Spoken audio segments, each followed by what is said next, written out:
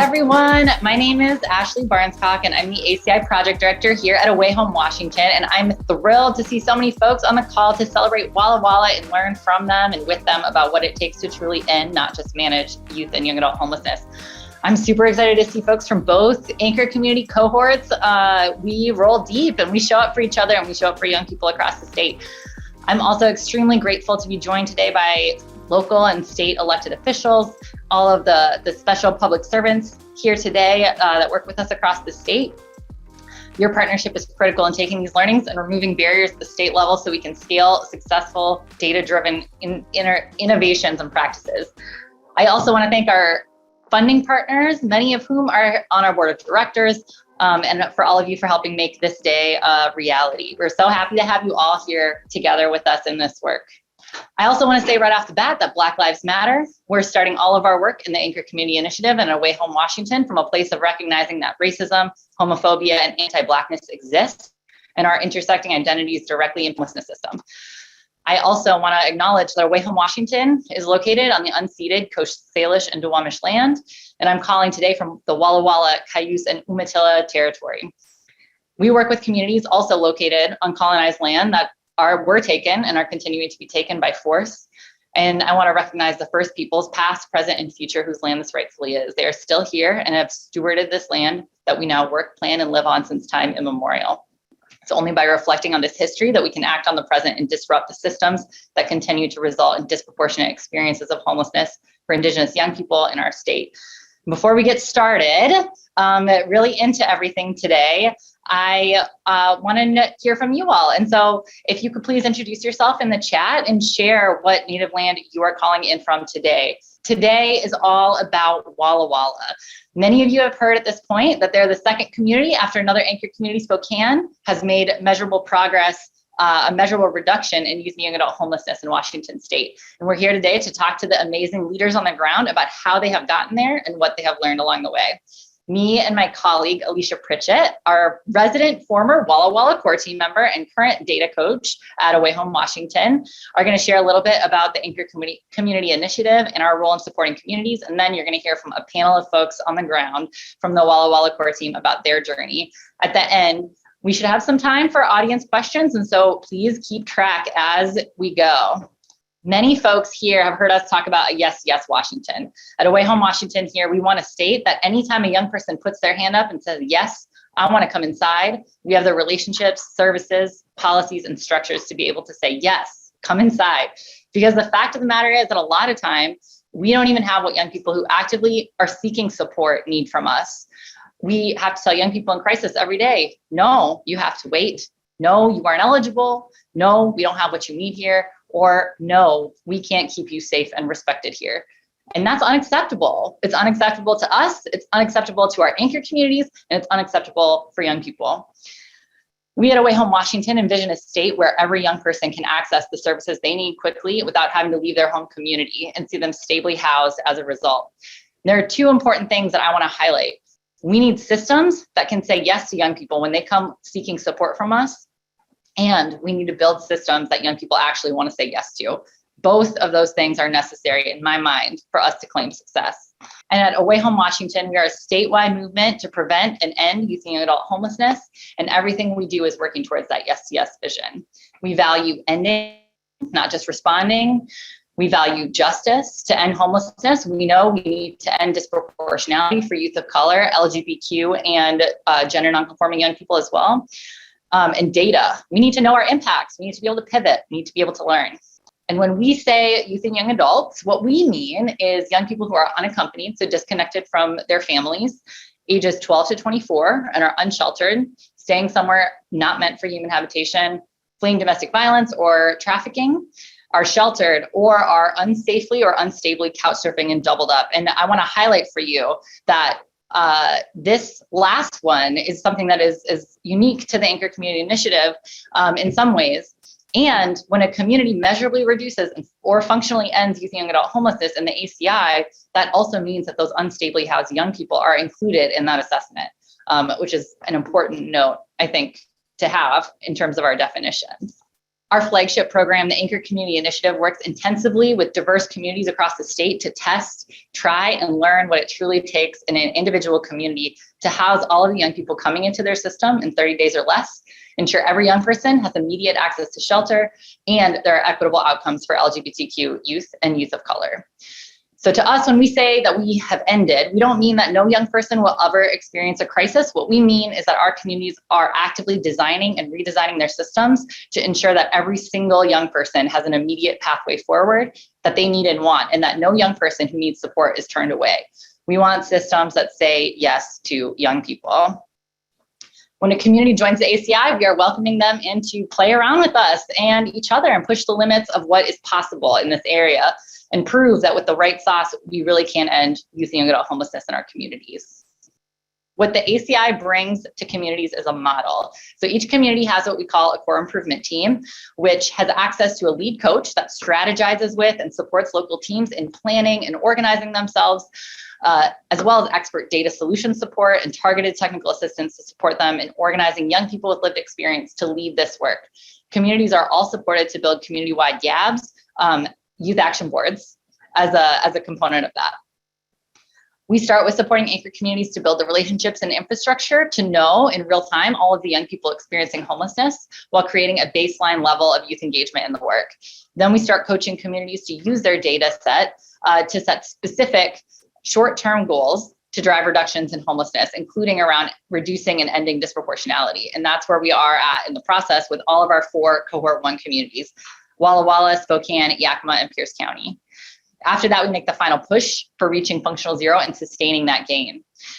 We start with the data because not every change we make is an improvement to the system, and we can't see what's working if we can't trust our data. And so that is why I'm going to pass it over to our resident data cat, Alicia, to explain a little bit more why the data is so fun and cool. Thanks, Ashley. Hey everyone, my name is Alicia Pritchett. I use she, her pronouns, and I am a data capacity building coordinator with AWHWA Washington. So I coach communities on how to set up their by name list, how to reach quality data, and increase their data literacy in order for them to use their by name list to reduce and end youth and young adult homelessness.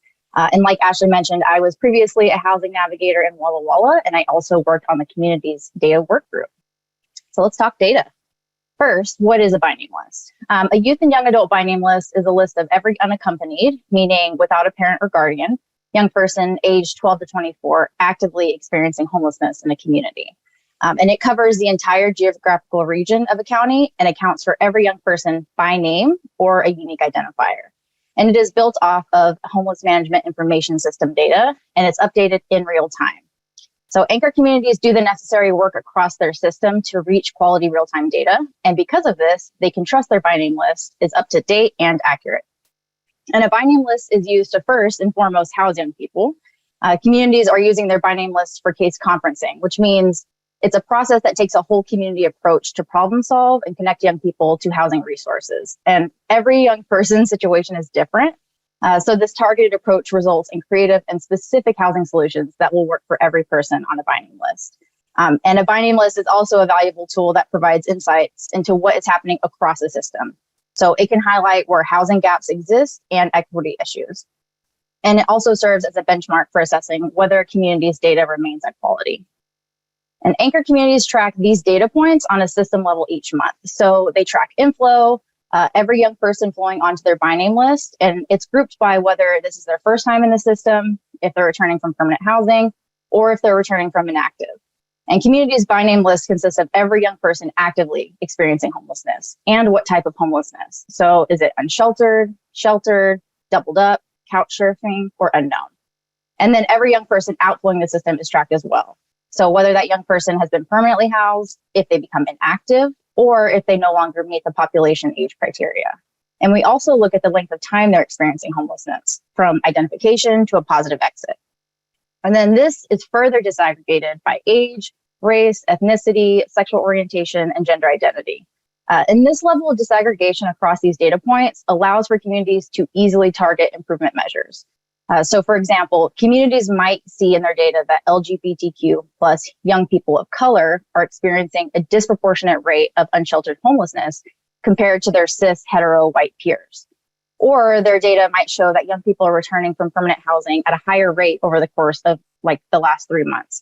So the utility of a by-named list is to be able to use their data in a way that drives tests of change. And this means that they can use their learnings in real time to inform their work and pivot when needed. And communities consider all of these data points when designing improvements to their system. And as a system, it's important to keep the big picture always in mind.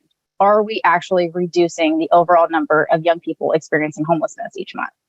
And every program in a system can hit their grant outcomes without actually reducing homelessness. And so after achieving quality real-time data, like Walla Walla has, one of the biggest indicators we look for is to see the changes are working is the overall actively homeless number.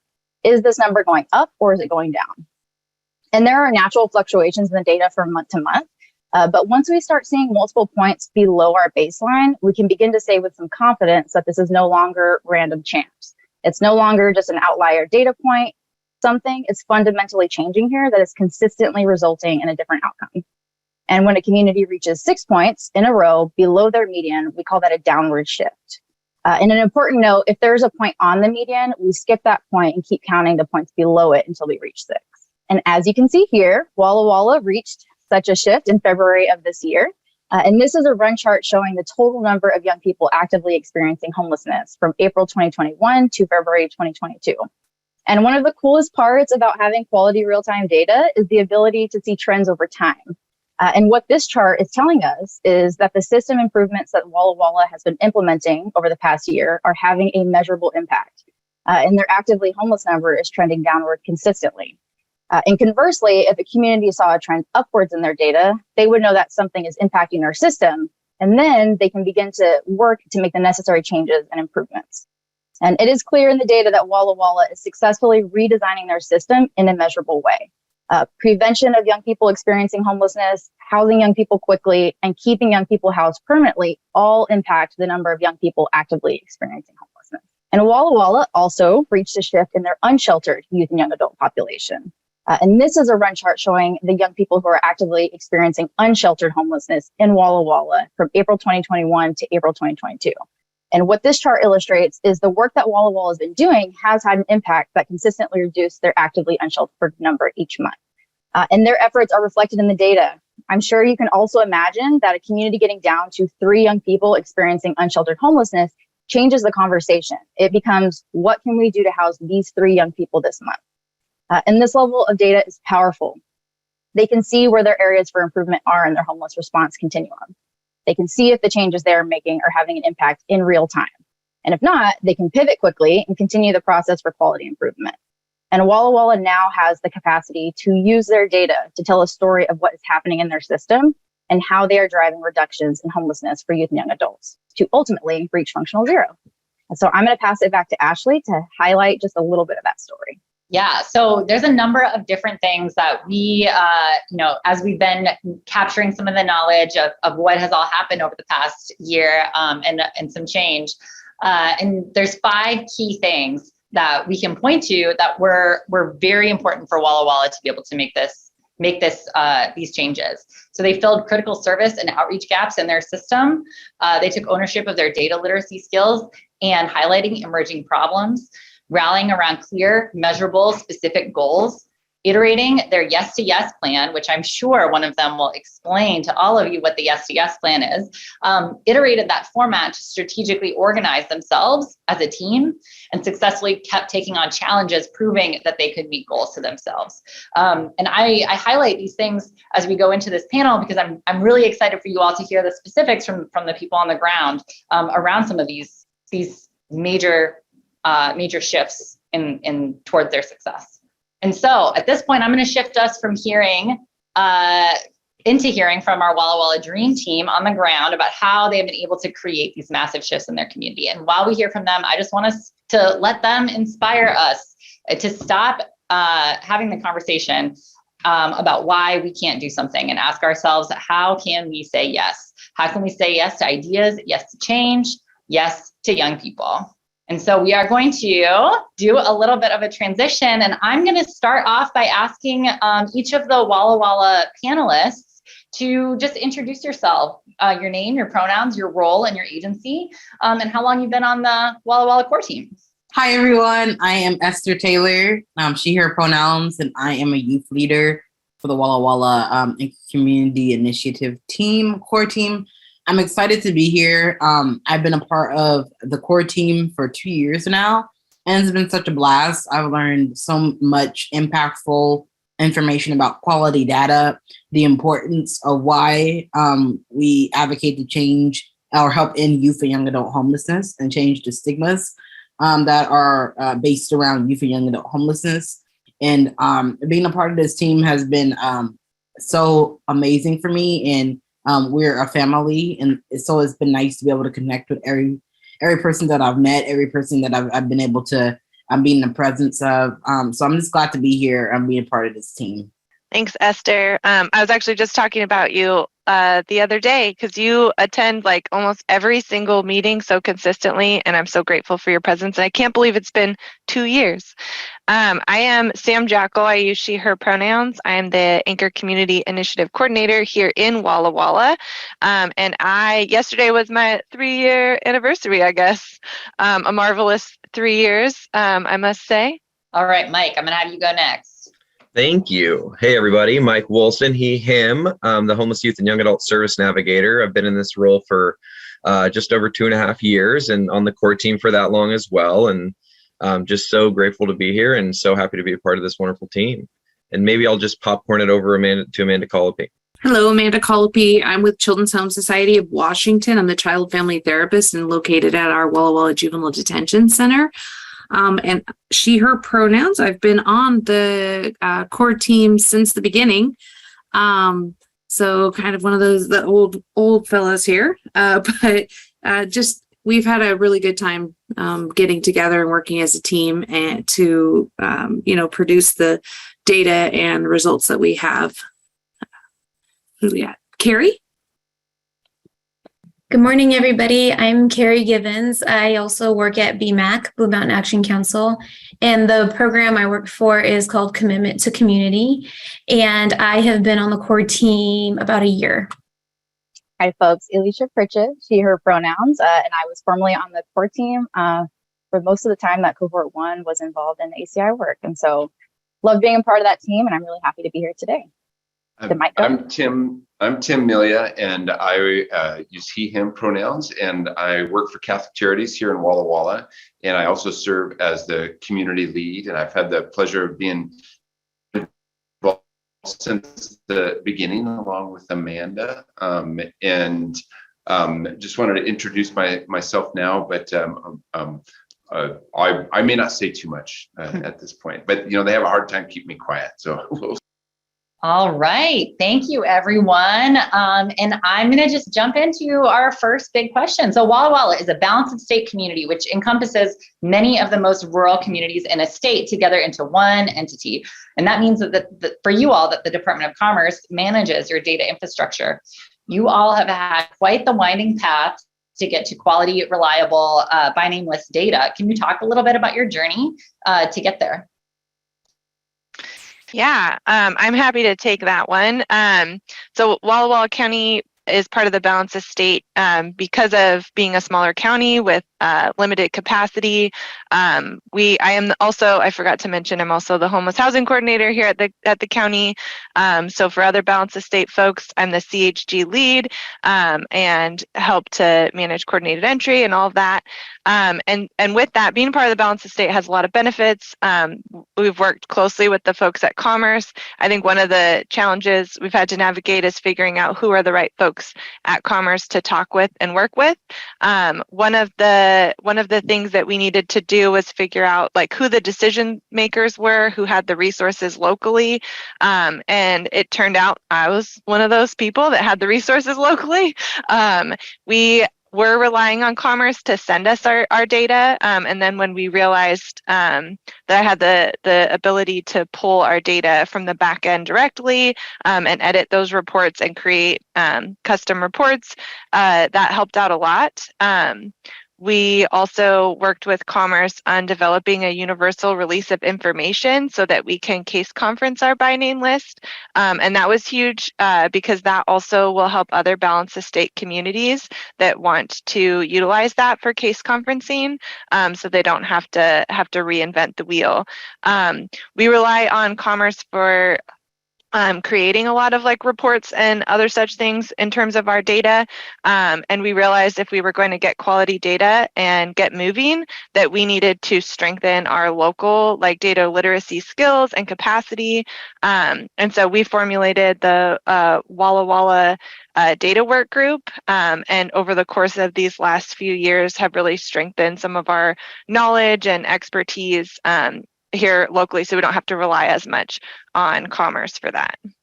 Awesome. And you brought up data literacy, and I'm curious, maybe to hear from you a little bit, Mike, about why data literacy is so important and what it has meant over this period of time. If you look back at you starting 2.5 years ago, and where you are now, why is data literacy one of the core focuses for this team?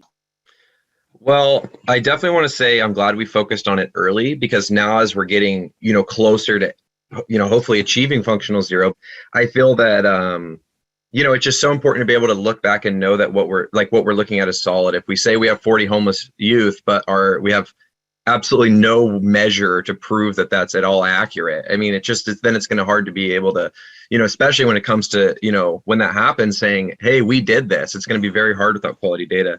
The other important things are just for us to kind of know what's going on in our community, a quick snapshot. It's super important for us to be able to go over and look at any sort of disproportionality. We all work with our hearts, but we also want to make sure that is connecting to the right people and making sure that everyone is accessing these resources. So, we've definitely gone through and had a lot of discussions about that, but I think it's important for a lot of things. It took some convincing from Alicia and Sam and some other folks like you, but I'm there, and I'm very excited, and I love to see when our data is reliable and accurate. And I just wanted to add to that of what Sam and Mike have said, that we value the data when it comes to looking at the improvements of youth and young adults who have been housed, youth and young adults who feel like their voices are being heard when they talk about their experiences being homeless, because homelessness is such an overlooked situation. We live in a society that generalizes homelessness, and people do not just end up on the street because, they did A, B, C, D. There's a lot of complexity to homelessness that a lot of people don't take the time to understand. And that's why we as a core team, we take the time to understand it, because we want to know the behind the scenes of why someone's on the streets, why people are impacted by homelessness, and how we can help, prevent homelessness for youth and young adults and the crisis of homelessness moving forward. So it's important. This work is important that we do.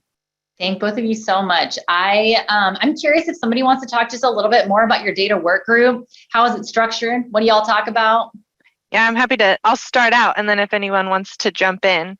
So our data work group, initially, I was working with the data all on my own. And so trying to figure out challenges. And I then identified a co-conspirator, because data really is a team sport, and it feels good when you're trying to troubleshoot things and you're not understanding things to have somebody else there to work through stuff. But then quickly realized that it was not helpful not having folks in the room that were inputting into the system.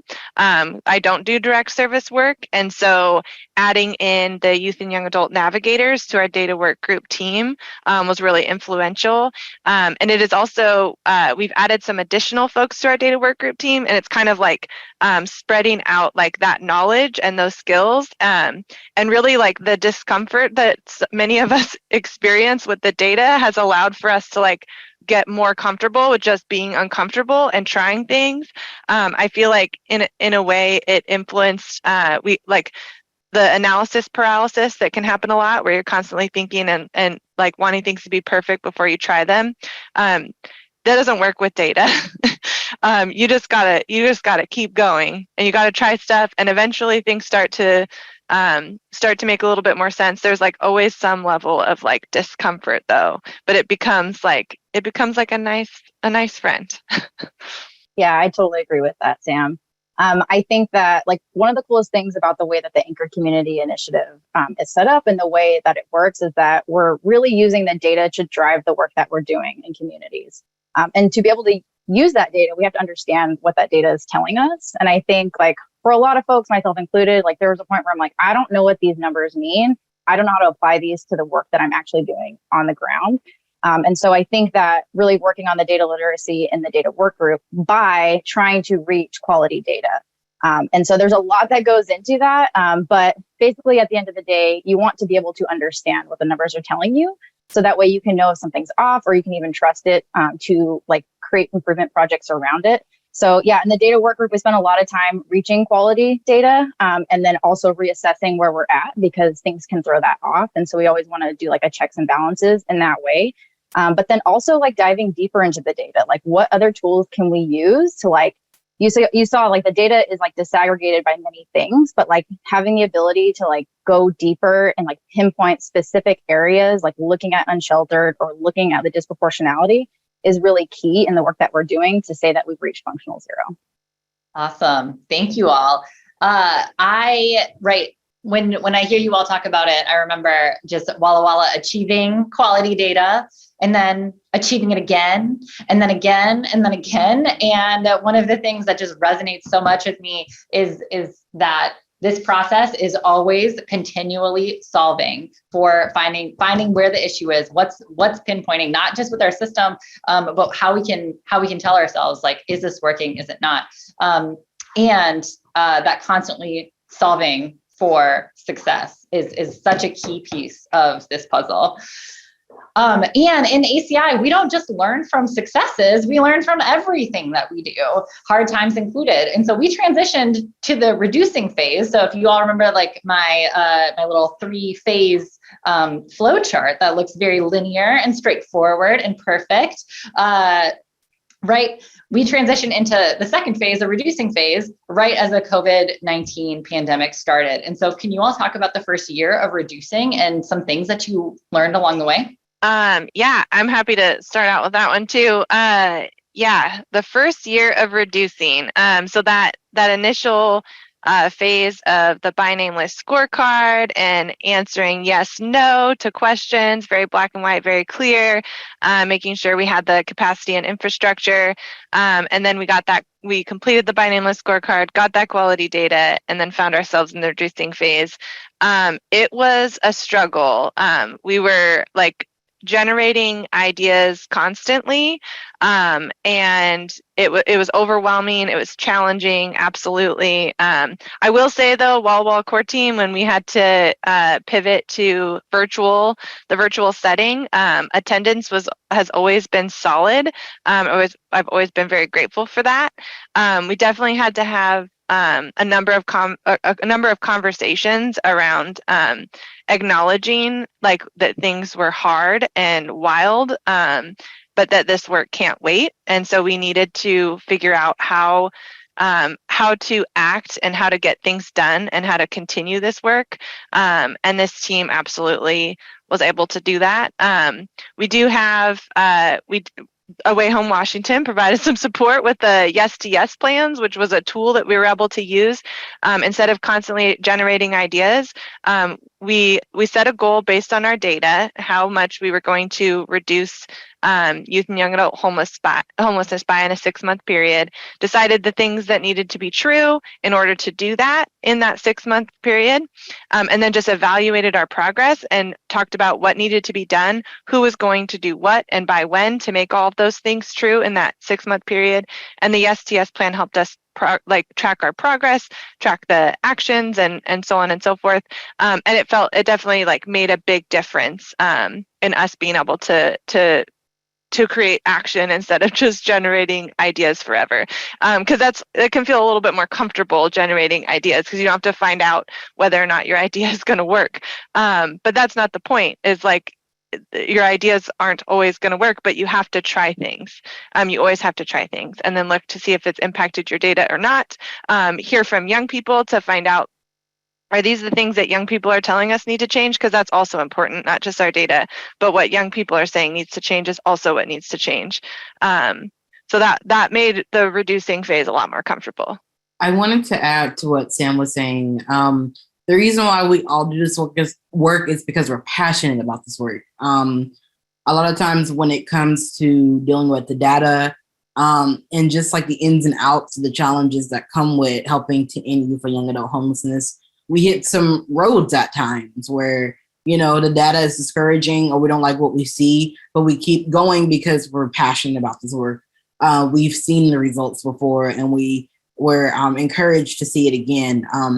And it helps to be able to work with people that have like minds when it comes to this work, because the only way, we can help in youth and young adult homelessness is to have a passion for it, because there are challenges that are ingrained within the disproportionality of the homelessness system for people who identify in the LGBTQ plus community, for people of color, BIPOC.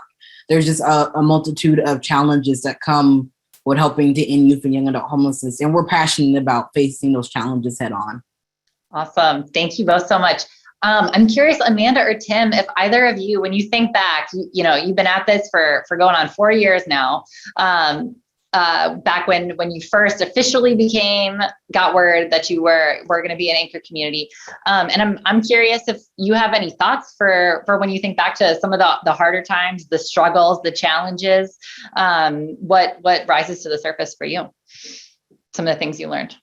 I think for myself, it was just the fact that in the very beginning, I felt like it was just a lot of talk because we're learning how to do what we can do. And then once we finally got, on the ground working with it, we started seeing some changes and stuff. But I'm kind of one of those people like, let's go fix things right now. And it took a while. You have to develop the program and the right passionate people to be on your core team and all of that to actually see some change be made over time. So I had some discouraging times there where I'm like, oh my gosh, are we gonna do anything? Are we gonna be successful in our SGS plans, all that? But I think, with the passion, like Esther said, that everybody has had, we've been able to see some significant changes over the years.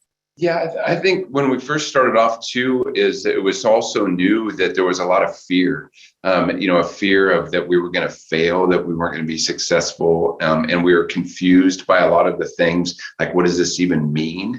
And so I think really having to move beyond that, and it's not failure, it's learning. We're learning. And Ashley, as our coach at that time, really helped to be able to bring that forward and say, it's not failure, it's learning. We're learning. We have to try, because otherwise we're not going to know. If we stay in that fear state, we won't be able to progress forward. And I think we'll probably touch on this again, but I want to say now is it's about the relationship. I think you can start to sense it from the people that are on this panel, is that comfort level with each other. It's hard to do that, on a virtual platform. But if you ever have the opportunity to be in a room with us, you will see the relationship that we have built together and the trust that's there. And that has to come from this team in order for us to move forward. And so as we were establishing those relationships, we didn't quite have them yet. That's always kind of a little of a wonky stage, if you will. And so that's been something that's helped us to move forward, and that trust keeps us going when times get really difficult or we disagree. We disagree on things, and it's okay for us to disagree because we know that we can still trust each other. Trust has to be at the center. Yeah, totally. And one of the things that I always think about is right before the April 2021 learning session, which is the high point. If you look at Walla Walla's run chart, high point, 81 young people that month experiencing homelessness or housing instability. And before that, I remember being with the Walla Walla core team and being like, there's our housing market. It's so hard. We have such a low vacancy rate. We're never going to be able to increase our housing placements. And I just remember feeling so much for all of you, and like really across the ACI at that time, that this, like, I don't know what to tell them. Like, I don't know what to tell them, because those things are real and they're honest and they're true. And then things changed. And so I'm curious to hear from you all a little bit more about some of the big moments that change things for your team. And so Sam, you talked a little bit already about the SDS plan and being able to reorganize around, right, like what, if we're going to reduce homelessness by 20% in our community, what does that community look like? What are the things that need to be true that we need to be able to say yes to in order to make that goal actually happen? But I'm curious, what are some other breakthrough moments for you all in that journey? I could take this on a little bit here. I feel like in the 4 years, we've had so many. So to try to put a timeline in the little time we have for this, it's hard. But I think that some of our most significant things have been, one, reaching quality data so that we can kind of look at it and analyze it and see where we can go from there. Another thing is when we got our what we call our gators, our youth and adult homeless navigators. So that was Mike and Alicia at the time. They were the people that actually got to get on the ground and start, having action, connecting with youth and young adults, finding out, what are their needs. Then I would also say our core team was starting to kind of have that mindset of being able to divide and conquer. We had lots of different things that we had on our SDS plan, which then we broke out into different subcommittees, like our data analysis team, our landlord engagement. We also had the aftercare work groups, things like that, developing our YAB to hear the youth and young adults' voices to find out what is really needed in our community. I mean, we all can come to the table and say, this is what we need, but we, as individuals, may not be the ones that have ever experienced it and really know what the community needs. So being able to get that voice out there too.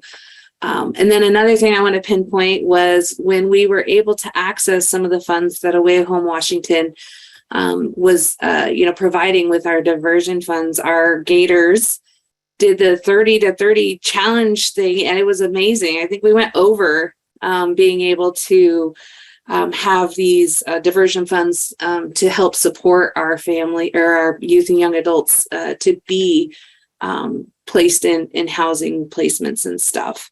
I'm sure there's a lot more really high points, but those were some that just come to my mind right away that I was very proud of and happy to be able to say I was a part of this team when those points were happening. Awesome. Thank you, Amanda. I'm curious, can somebody describe what the Homeless Prevention Diversion Fund is and what this 30 and 30 challenge was and what it meant for you all? I would love to. Well, it originally started out as the centralized diversion fund, and it's just a flexible funding that you can use to house young people. Now it's the Homeless Prevention and Diversion Fund.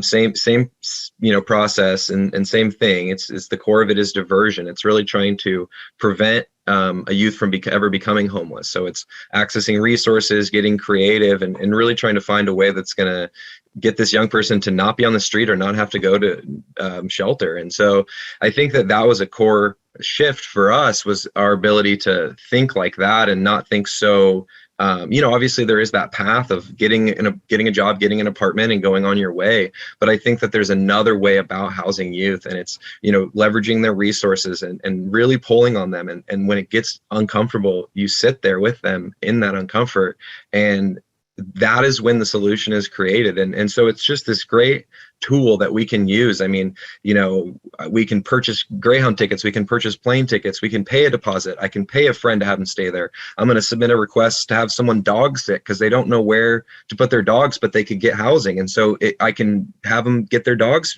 pay a couple $100 to have his dogs taken care of, so he doesn't have to be on the streets tomorrow. And so it's such an impactful program, and I strongly encourage all of you to get trained and promote it to your other people that might be willing to access it. It's just flexible use funding with a low barrier and for youth 12 to 24. Thanks so much, Mike. I'm curious. Oh, Esther? Yeah, go for it. Thank you. I wanted to add on to what Mike was saying. I think what tends to happen societal-wise when it comes to this idea of youth and young adult homelessness is I think it's easy to forget how old people are when they become homeless on the street. Like, we got young people on the street that are like 14, 15, 16 probably, and the impact of that, where you're having to learn how to be an adult at a young age while you're on the street. And that is challenging because at 14, 15, 16, or even, 17, 18, you're supposed to feel like, okay, I can be a kid, I can be my age, I can make mistakes, I can learn. But when you've experienced homelessness, there's a carefulness that you develop in your mind and your mentality that can make you overthink, that can make you feel like you have to have walls up, understandably, and protect yourself. Because at times it feels like you don't know who you can trust. And that's why we as ACI, again, we do this work because we want people to feel like they can trust us and entrust us to help them feel like they have stable housing, and also that they're taken care of and feel taken care of always. Absolutely. I'm curious, are there other key moments, big breakthroughs that really stand out in your mind when you think back on the story of this journey over the past few years that were really important to you all? I have one, and this is early on when we were working on our scorecard, and I think it really shifted things for us. And we're going to give credit to Becky Betts on this one. But we were sitting in a room, and we were going through our scorecard and these questions that we have to answer, and really kind of getting stuck in over analyzing. And Becky says, "Let's just check the damn box." And it resonated with everybody in that room, and it became our mantra of let's check the damn box. So what do we have to do to check the damn box? And that was, I think that really shifted things because it helped us to get through that scorecard, but it also has been something that's carried on. It's not always checking a box, but it's let's do this, let's get it done. We can see what we can do by next Tuesday, and Ashleyism, and those are things that really kind of the spirit of what's in our work. Awesome. Thank you so much, Tim. Over the last 4 years, you all have added a bunch of new youth and young adult resources to your service system. We've talked about a couple of them, the Navigator team, the Centralized Diversion Fund, now the Homeless Prevention and Diversion Fund, and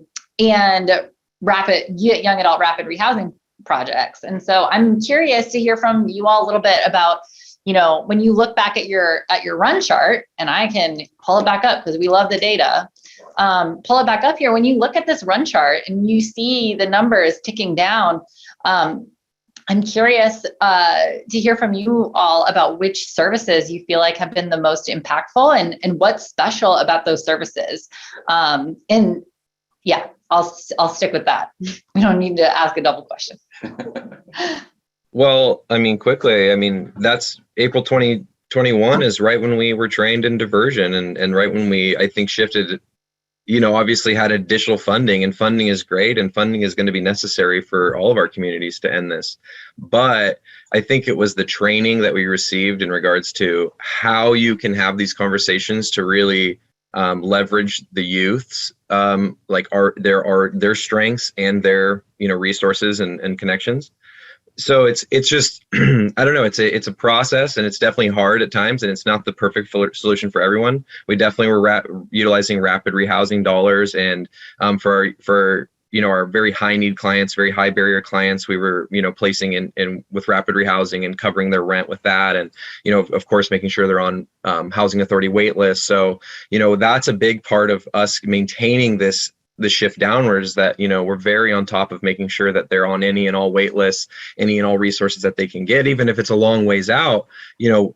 A lot of times, especially after doing this for 2.5 years, I'm sure there's people in here that have done it for longer, is you see some of the same people will come back, and so it's how can you really put them in a position to end that. Yeah, maybe $300 to get them where they need to go is going to be helpful for now, but at that meeting we can get them on wait lists. We can make sure we can ask those hard questions to see if they qualify for other programs.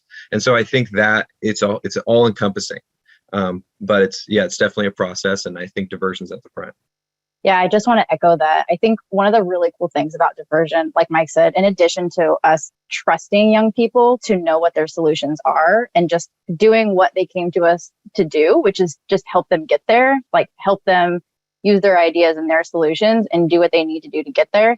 I think that's been huge. I also think that it being such a low barrier like resource is so helpful. And we see that with the young people too. Like a lot of programs have certain criteria or eligibility requirements that young people don't always fit in. And so this is more of like, how can we make this resource fit for you and what you need at this moment? And we saw like wild success with that. And if you show that run chart again, folks have been talking about the 30 and 30 challenge. And so that challenge happened from, May to June, right? And then you see this dip. And I don't think necessarily the dip is just from young people getting housed with that resource. Definitely that was a part of it. But I also think it was that shift in mindset that we had as a community, because when we entered that like challenge, we were saying like, oh my gosh, we're the smallest community. Like, how are we going to be able to do this, right? Because it was a housing placement surge of reaching 30 diversion placements in a community. And so we're like, we're the smallest of all the communities. How are we going to do that? And for us to succeed in that challenge, we really had to like think about like what needs to be true for us to reach these 30 diversions, right? And so we shifted the way we were thinking from this is like the limited amount of resources that we have, like this is the limited amount of housing, like that scarcity mindset. We shifted that to like, yes, we can do this, and like let's just try these new things and get creative. And like somebody said in the chat, the worst we can do is like it be the status quo. And so I think that like really had an impact on the way we approached all programs that we had in our community and every possible opportunity in working with folks. Well, and Alicia, I'm gonna ask you to say a little bit more, and Mike as well, about this, because one of the things that you all also did from my bird's eye view of being able to see all the anchor communities, one of the things that you all have done has been pushed back on me, AWHWA Home Washington. The thing I told you at the beginning of the Homeless Prevention and Diversion Fund, I was like, we are also constantly improving, and it's not just the communities that are constantly improving. And we had a whole bunch of conversations over time about like, can we use funds for this weird kind of thing? What are we going to do when we have to go to a centralized administrator in order to get our funds released so that we can do applications, because apartments are getting snapped up like that. And you all came up with some really interesting things and pushed further to everyone who is a decision maker in your community to be able to be successful in that. Walla Walla, I think, housed 34 young people during that 30 days. So that's a huge feat. But I'm curious if either of you have any responses to that reflection. Well, one thing is just that it's been a pleasure working with you all. You, Kiki, Anjali have been just such great coaches in regards to that, and I think it always comes down to, and now it's the question that I know I need to answer is, does it lead to housing? And that was really all you would say is just, well, how does this connect to housing? How does this lead to housing? And if we could draw the dots, we could get the funding. And so it was really empowering for me, knowing kind of the process, knowing, we have so many other programs that have these stacks of paperwork we have to accomplish. And if the youth can't check every single damn box in that paperwork, no pun intended, that they don't qualify for the program and they can't access the funding. Whereas this, it's all I have to say is, are they younger than 24? And do they, does this connect to housing? And we can make it work. So I think it's just that push and pull, but ultimately it was some great coaching. And then at first we thought the challenge was, I mean, to be honest with you, I think we thought it was a little silly. At least I did. And then Alicia took it way too seriously. And so then I had to take it seriously because I'm not going to freaking lose. I mean, I did, but I'm not going to go down without a fight at least. And so I think it's that team effort. I think we really need to encourage each other. I mean, it's definitely a team thing. I mean, we couldn't have done it without each and every person that you're seeing on this panel and more behind the scenes. So, don't be afraid to get competitive, or at least take on the challenge.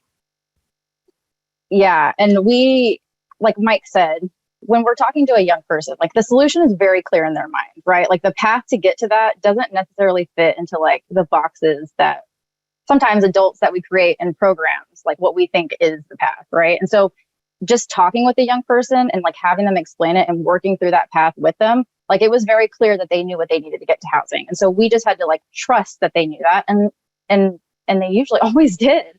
And I also think like too, when we started using the fund, we were thinking about like, this is supposed to be low barrier. And when we came up against things that we were struggling with, we're like, okay, so like, we really want this to be low barrier. We need to change some things. And so one like innovation that we had was we were finding that young people would apply to places. But the way that diversion funds work is like you get a check and then you get the check to pay for the application fee. And like things just were going way too fast, especially like with the housing climate the way it was during COVID.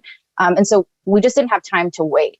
And so we came to folks that were running HPDF and we're like, hey, we need like a credit card, a debit card, something where we can pay for the application right then and there to like have young people have a higher chance of getting into those places. And it worked. And like, it was such a simple solution, but it was just that ability to like redesign and like rethink the way that we're approaching this and listen to young people who are telling us, this is what I need. This is what will work for me, and trusting that.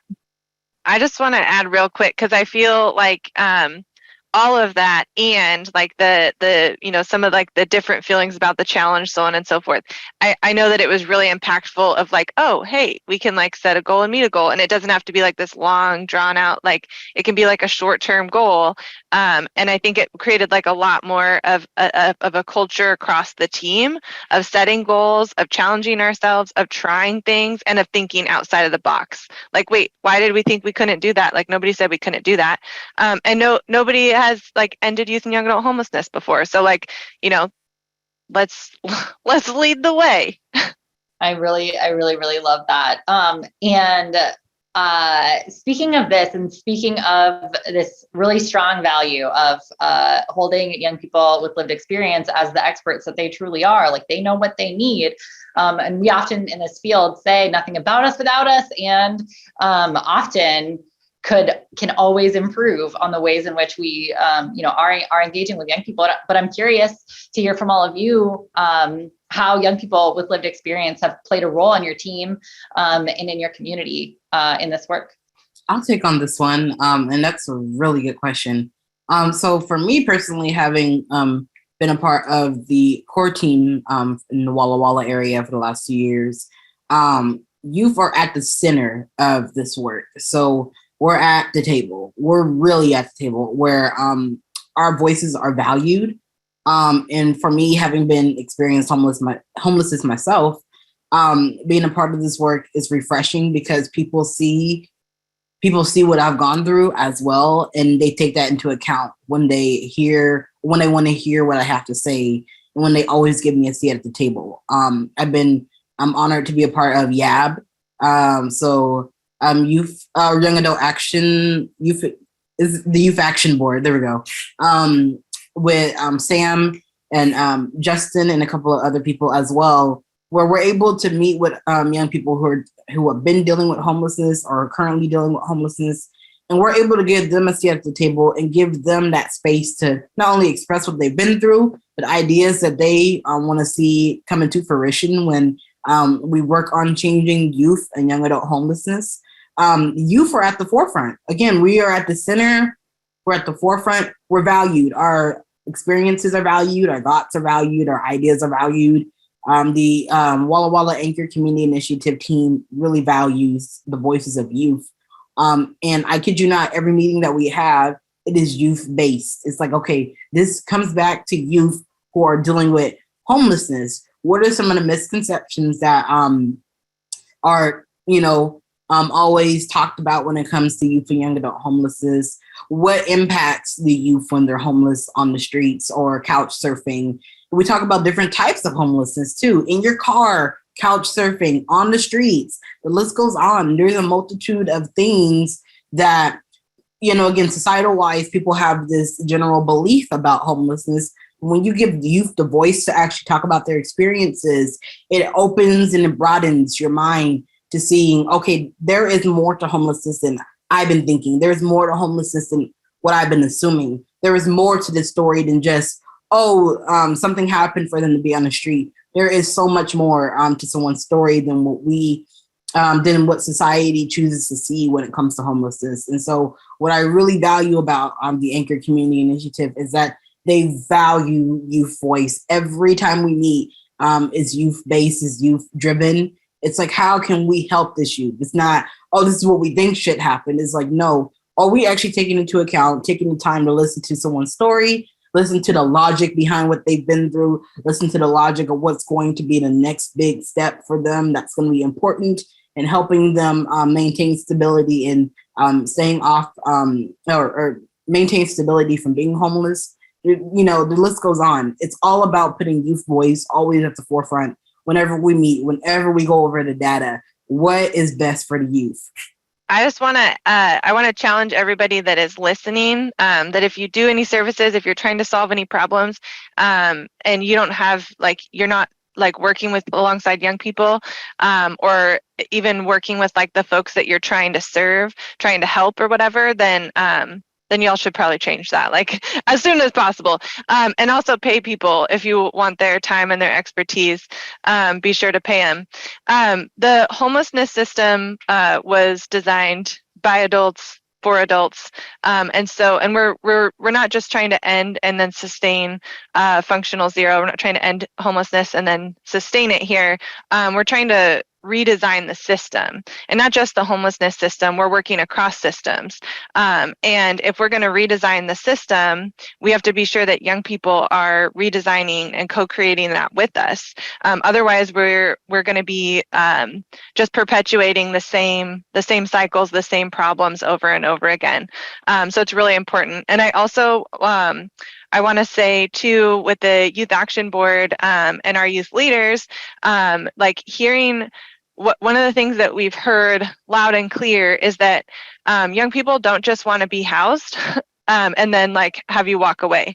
And it's interesting, and it holds us accountable in this work to engage young people, because we can put our heads down and we can be focused on trying to get to a goal and do this thing. But we have to stop, and we have to be paying attention to what's happening along the way. And so Carrie and Amanda Colby and Mike Wilson here have been working with some feedback from the Youth Action Board on creating a life skills workshop for young people. And it's really cool, and I'll let them talk about it. But we're also talking about more aftercare services and supports, because we cannot engage young people and hear what young people are saying they need and then not do anything about it.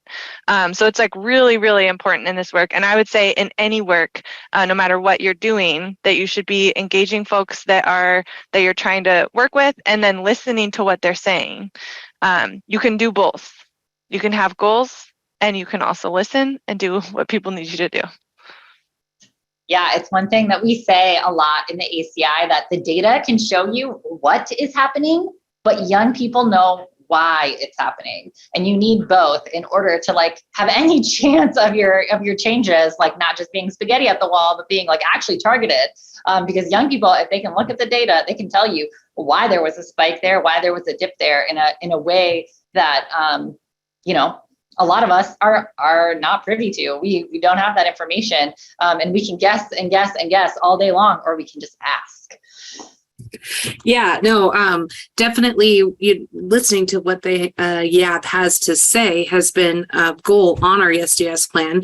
So as part of one of our goals was at least implement 2 of their ideas that they had come up with, in discussion. And so aftercare was constantly being said, we need assistance doing certain things. So the team worked really hard together. Carrie, got to give her tons of credit for helping put together these workshops we're getting ready to implement, and being able to use another resource the way Home Washington was putting out there was student innovation grants, which I believe we not only applied for 1, but 4 that we got, I believe. And so we're getting ready to implement a lot of that into our community right now. So it's super exciting. But with the life skills class, we've got how to do laundry. We're going to be doing, teaching them how to do things like that, making their abilities better, I guess. I don't know what the words I'm trying to come up with there, but teaching a cooking class, doing some financing things, budgeting, how to budget, to go grocery shopping, things like that. And then a super important thing to help with their housing stability is doing mock interviews. How do you do an interview? Thing like that. That can be very helpful in their everyday lives. I don't know if Carrie wants to add to that as well. Sure. I think the main thing is that aftercare of making sure the youth and young adults are successful once they are homed, and having those skills that, if you've had a guardian or a parent or an adult that has been there for you to teach you those things, well, maybe not everybody has those. So how can our team provide that for the youth and young adults that we're finding housing for, and making sure that they have, building that resiliency to make sure that they have the adult that they can go back to and be like, wait, you showed me how to cook this dish, but can I get a refresher on that kind of thing? Building those relationships so they know they have somebody they can go back to for help if they need it.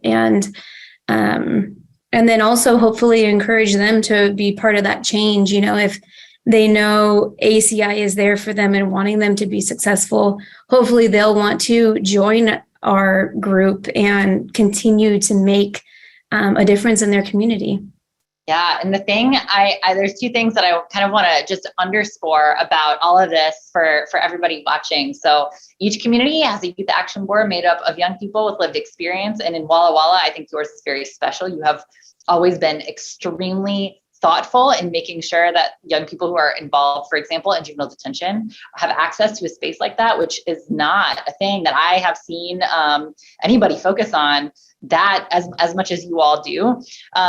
So they have a youth action board that is in charge of coming up with some of the ideas that this team implements. And so they're not just changes that require funding. They are also changes that require things to be different in a system. And all those kinds of things. They have young people from that youth action board on their team making some of those decisions with them.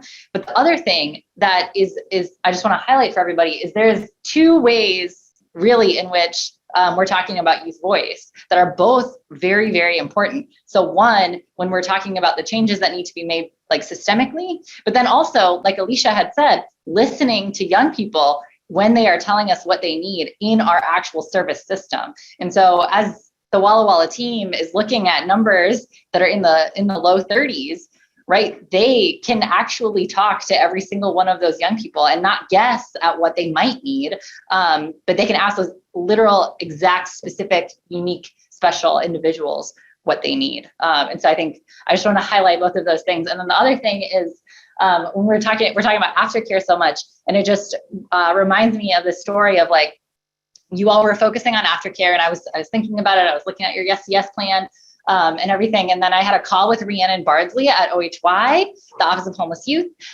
We had a whole conversation. I was like, oh yeah, Walla Walla is focusing on aftercare.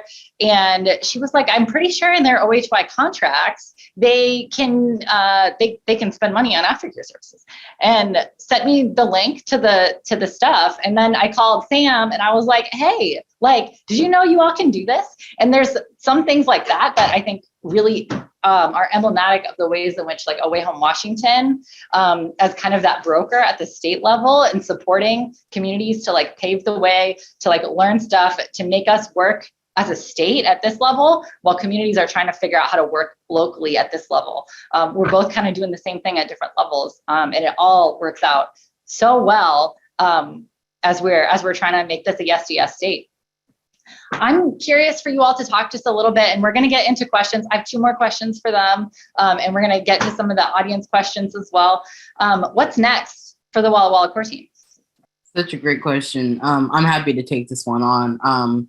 One thing is, again, always putting youth voice at the forefront of this work. And so our goal is to help end youth and young adult homelessness in the Walla Walla area. And it's a goal that we've been working so hard on to accomplish. It is not for the numbers. It's not for the attention grab. It's because we actually care about people who are and have dealt with homelessness. It's a very, not only is it a touchy subject, it is a very emotionally charged subject. Homelessness affects everything, parts of your life, so many parts of your life. And what we want to continue to do is make youth voice the center of this work. Because if we don't have youth voice, we're not doing this work well. And we need to be able to do this work with passion, curiosity, with care, with drive. We need all of those things to be able to make this work function the way it should. So what's coming up next is continuing to keep youth voices at the forefront of this work. And also, again, making sure that our data, whether it's the dashboards or any type of data that we're using, is accurately portraying that as well. I think also to build on what Esther was saying about having the youth be the forefront, but it's also helpful that we are continually adding people to our core team from different agencies in the community that can kind of bring a voice or an idea, or sometimes even funds that the youth and young adults can access for different needs has been really helpful. Especially the last few months, I feel like we always are kind of having a new person join our meetings, and it's great to know that people are wanting to get involved in ACI and be part of the change in the community. Can somebody talk about a really big system change that you all are about to implement that we're going to plan for later this afternoon? Case conferencing. So I mentioned earlier that using your youth and by name list to case conference is like one of the key ways that we work across systems and like really take a whole community approach to problem solving and helping like find solutions for young people. So case conferencing, if you're not familiar, folks from across systems, like across resources, agencies come together and meet and really go through the list by name, right? That's why they call it a by name list. So going through the list and talking about like, what are the solutions that we can find for this young person, talking about like the things that they've tried, resources that haven't worked for them, and like really like being creative together and finding a solution that works for that young person and coming back. And so that's the way that you get that 39 or 30 young people on that by name list down to zero, right? Is like you work together because no one agency or one person can do the work. It really takes a whole community. One of the things that I just want to also reflect on seeing, communities around the state, 10 counties around the state are anchor communities. And from seeing however every community is so different, has such a different system. I think the communities that I have seen be extremely successful are communities where the folks involved don't see their job as just fulfilling like what is in the job description. Doesn't mean like working ourselves to death, but one thing that I just want to say that I think is really special about Walla Walla is that when I look at you all are workers for the system. Like you're not necessarily just workers for your agency, though you are, and you do amazing things for all of your agencies who are coming to the table. But you are changing the culture to be one where everybody is all in for each other, and nobody is. One thing that I see sometimes in systems is, right, case managers or something are like, these are my young people, or like those kinds of things. But you all are like, how are we collectively going to be able to do this? And when I think you all outside of Walla Walla might not know, but I did not make up the Walla Walla way. It is a thing. It is a real thing. I came here for the first time like 3 years ago, and I was like, what do you mean the Walla Walla way? And boy, do I know a whole lot more about it now.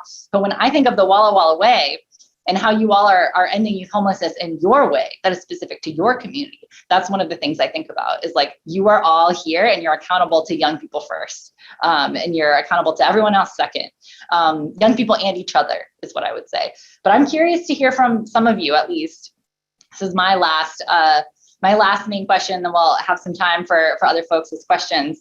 But you all are on track to be one of the first communities in the country to functionally end youth homelessness, youth and young adult homelessness, and you're doing it in your way, the Walla Walla way. So what does the Walla Walla way mean to you in this work? I'm actually going to start out because I want to share. During yesterday's core team meeting, I shared some principles from Emergent Strategy, Adrienne Mari Brown's book, Holding Change, shared them with the core team. I'm going to try not to cry. I almost cried yesterday because when I was reading them out loud, when I was reflecting on them, I'm like, oh my gosh, we like have intuitively implemented all of these things. We're intuitively doing these things as a team. So I want to share them with y'all. So small is good, small is all. The large is a reflection of the small. There is always enough time for the right work. There is a conversation in this room that only these people at this moment can have. Find it. Never a failure, always a lesson. Trust the people. If you trust the people, they become trustworthy and/or the necessary boundaries become clear. And then my favorite, move at the speed of trust. Focus on critical connections more than critical mass. build the resilience by building the relationships. And we are doing those things, and it is why we are doing this. So it is why it's making a difference. Absolutely, Sam. I think snaps all around. Because I think that definitely resonates with like how I think we all want to operate and hope that we operate. And I think that the Walla Walla way is, it's just, I mean, it's the reason why I moved here. It's a special place. It's a group of people. I just haven't been able to find a community that cares more about their own community. We're very proud of our community. We're very, I think there's a sense of civic duty here that doesn't exist in a lot of other places, where no matter which organization you go to, you're going to find people that care. And I think that's just the number one thing I think we've all worked with, either in our youth when accessing services, or now as a provider, a worker who doesn't care. And you just know right off the bat. And man, have I been there few and far between in Walla Walla. And that is where I think we are the most blessed, is just we have so many people that care in this town about our youth, about everyone. I mean, and for so many different purposes and so many different things. So I think it's in your work and how you can take that, because I'm sorry you can't take our workers that care so much, is find the people that do care, and they'll make it work. And so that's been our number one thing, and that's the Walla Walla way. Yeah, with so many people that do care in this community, like Mike said, it's finding a way to get everybody together, make those connections, bring people forward to make it work with each other and not against each other. And I think one of the ways that we do that is we find folks, we say the hard things, right, that need to be said, and trust and believe that the people around us care about us, and they're saying those things because they want the system to be better. And so living in that trust and moving at the speed of trust has been what the Walla Walla has been. The Walla Walla way has been in this work, and it's been really amazing to witness. To build off what you said, Alicia, too, I think it's also important to have grace for our team members who, either if they're new and don't know all of the ins and outs yet, but also just to be able to make mistakes, or, forget a meeting, or who knows what it could be. We're all human living the day to day, and that is just to be there for each other and be able to express if you're having a bad day, and realize that people are going through things, and have that open communication. Awesome. Thank you all so much. And I am hoping that Aja and Cecily have been tracking some of the questions that have come up in the chat. I think we'll have a time for a couple of them. And then I want to have Tim, our Walla Walla Anchor Community Initiative Lead, be able to say some comments at the end, and also invite Julie Patino to be able to say some comments, our Executive Director at AWHWA Washington. Are there questions from the chat that we should talk about? First one that I saw in the chat was, can you explain how you secured housing for young people, considering their rental vacancy rate has been 0 to 1% in the past couple of years? And I can start that off, working with housing young people. So yes, the rental vacancy has been at 0 to 1%. And, as we all know, it got really tough during COVID. And so while we had some programs that helped us, right, there were subsidies that were available at times, we really had to rethink the way that we were approaching it, because prior to April 2021, and you could see before the downward shift was happening, we were having as much success as our limitations allowed us. And so we had to really break free from that mindset and thinking about okay, these are the traditional ways that we know we can house folks. But as a system, it's not enough. It's not working at the capacity that it needs to for young people to get in homes. And so, we explored really creative ideas. Not every young person wants or needs to live on their own in their own apartment.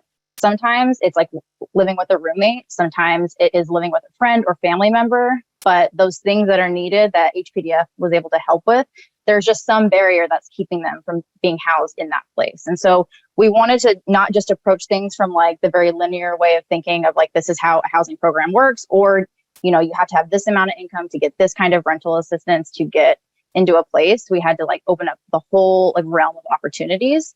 Plus, there was work that was done in the core team on landlord engagement. And so that meant like, yes, we have these landlords, we have these like rental properties that have all of these units, and we're seeing that we're not getting as much as we possibly could.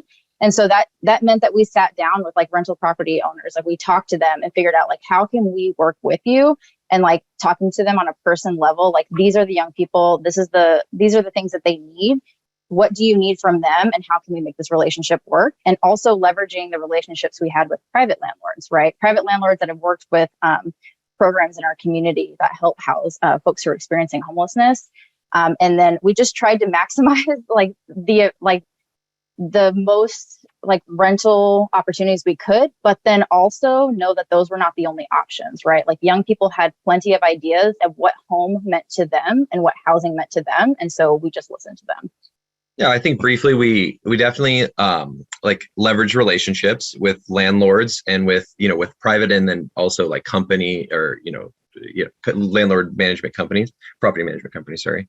And so I think that there was that benefit, like the moratorium did a lot of different, had a lot of effects on the housing market. But I think one advantage that we were able to find is that if we could guarantee a rent payment, whether the youth had a voucher, whether they were in rapid rehousing, that could work for that population of people that had that option. So I think that there was some kind of guaranteed funding. So landlords like that.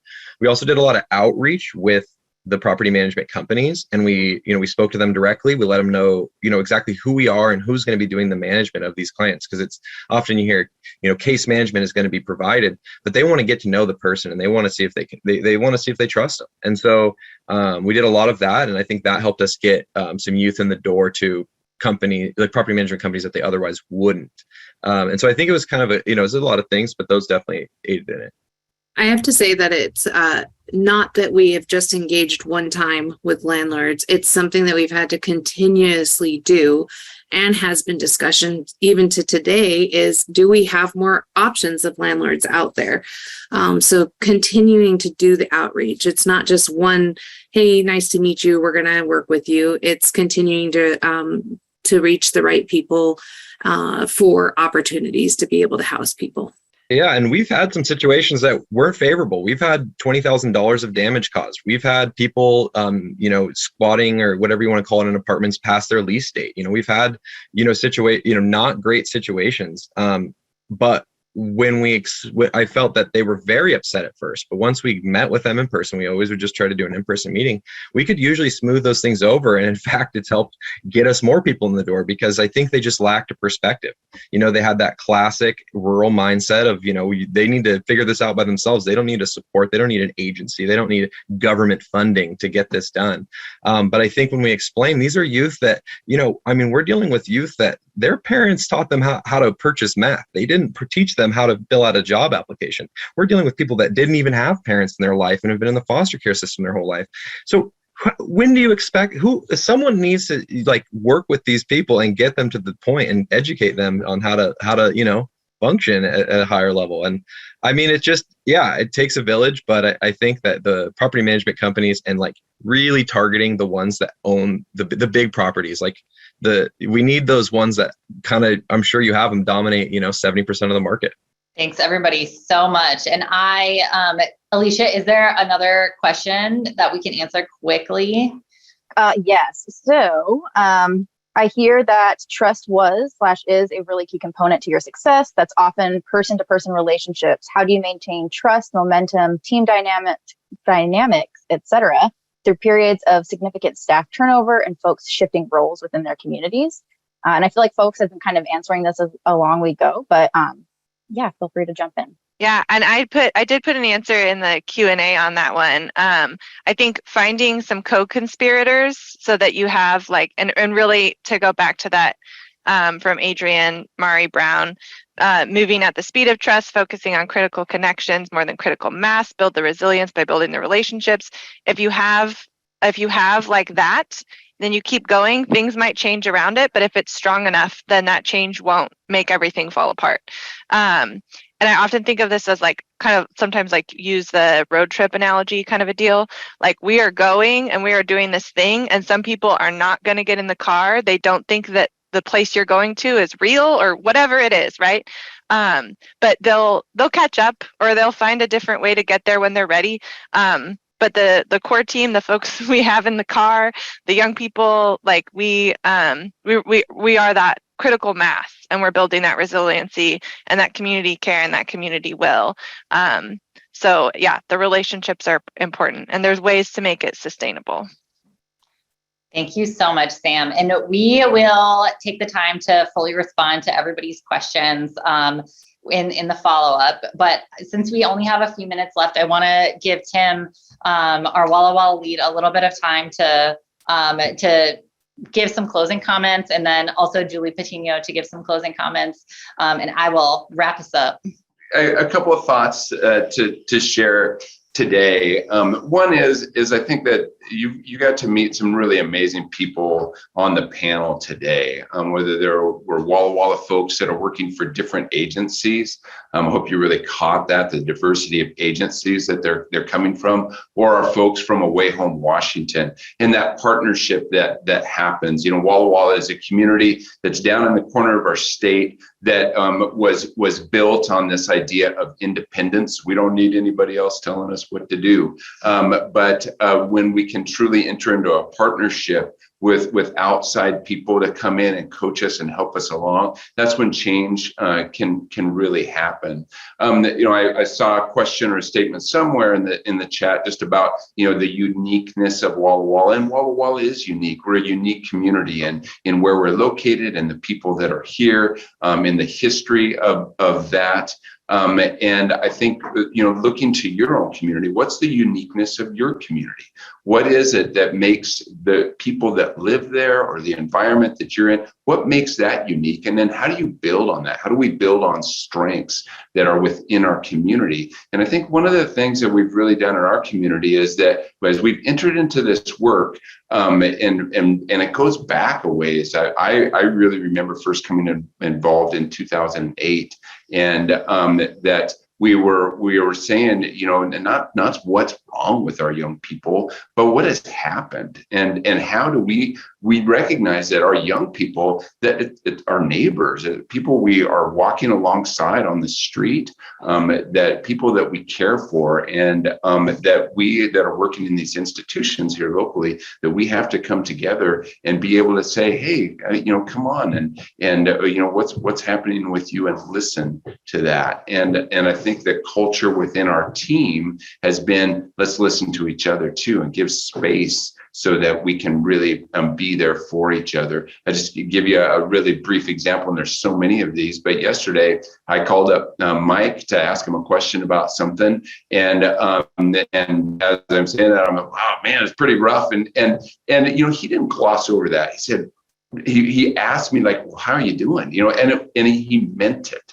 And that is what the culture of our team is. It builds on that. And I think you really have to go there and be authentic and allow that culture to permeate through, and that what we're building is bigger than one person. And so that question about, how do you keep it going on when people shift jobs? Someday I'm not going to do this. Hopefully I win the lottery and not get hit by a bus. But when I go, this work will continue, and we need to make sure that we are building that, and the young people that are coming through the system now, they're going to be the ones that carry the mantle for onto the future. And so that's what we can do, and carry that heart for this work. I so adore the people that I get to work with, and I'm so honored to be a part of this work, and that I hope you all can find that same love, because that's what is going to drive this work when we pour it into.